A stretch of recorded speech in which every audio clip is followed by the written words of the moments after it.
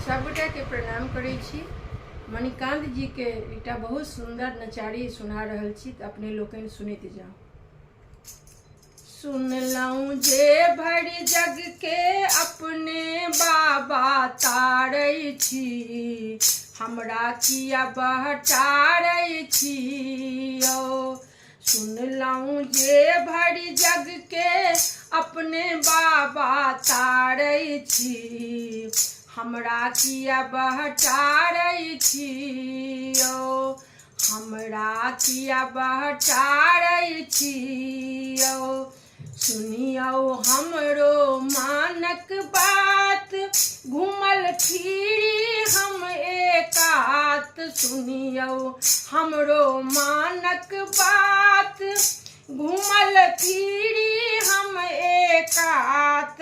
अब ने साकी शंकर हमहूँ हिया हारल छी, हमरा किया बहटारै छी यौ। सुनलहुँ जे भरि जग के अपने बाबा तारै छी, हमरा किया बहटारै छी यौ। हमरा किया बहटारै छी यौ।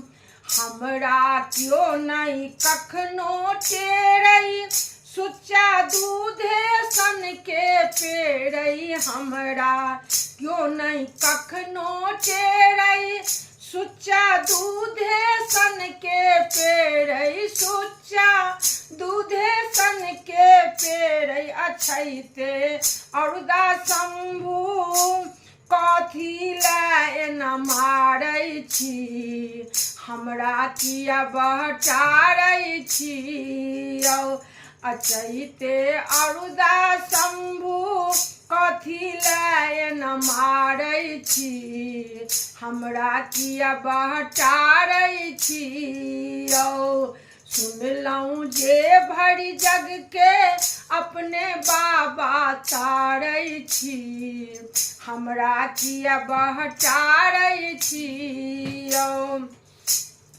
करियौ करियौ कोनो उपाय, होइयौ हमरो पर सहाय। करियौ करियौ कोनो उपाय, होइयौ हमरो पर सहाय। बाबा हमरो पर सहाय, करियौ करियौ कोनो उपाय, होइयौ हमरो पर सहाय। मणिकांत सुतल जागल नाम अहीं के उचारै छी, हमरा किया बहटारै छी यौ।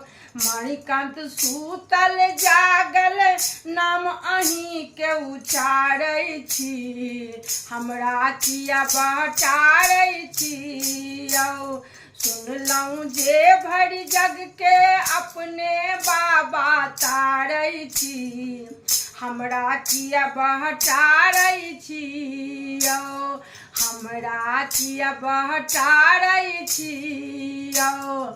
हमरा किया बहटारै छी यौ।